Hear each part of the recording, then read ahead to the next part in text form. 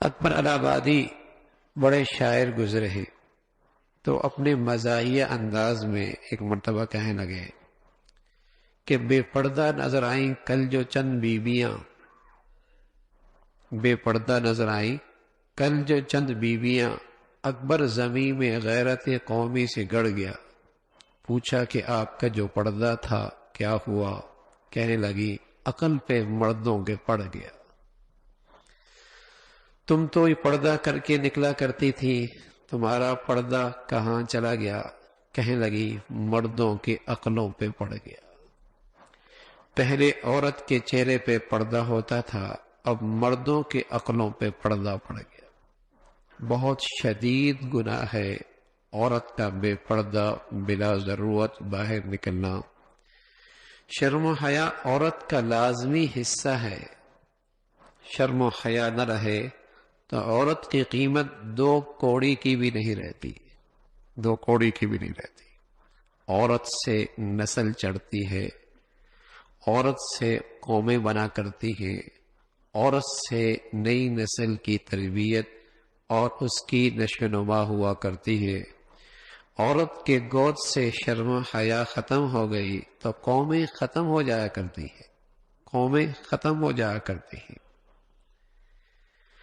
کسی قوم کی عورت باصفات باحیا ہے تو اس قوم کی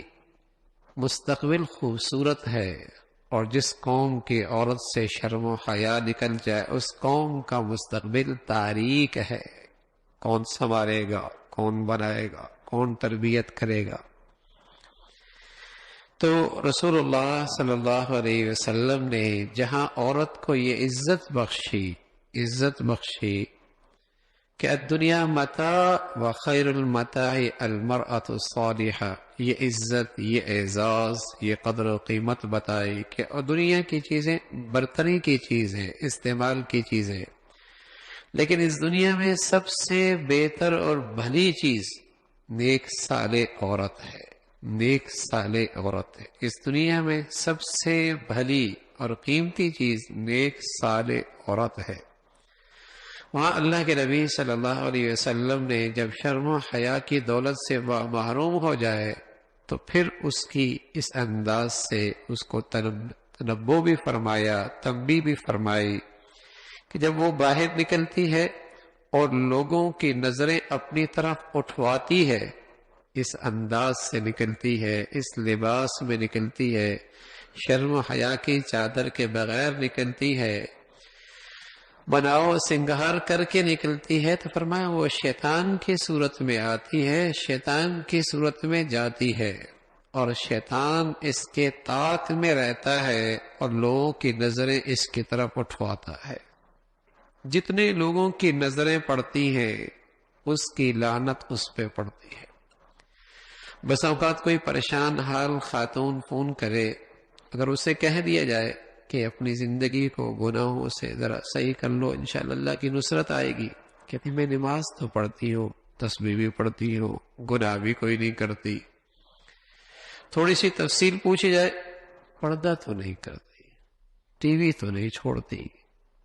یعنی اب یہ زندگی میں ایسے رچ بس گئے کہ ان گناہوں کی طرف نظر ہی کوئی نہیں، یعنی وہ اپنی بزرگی کی بھی قائل ہے،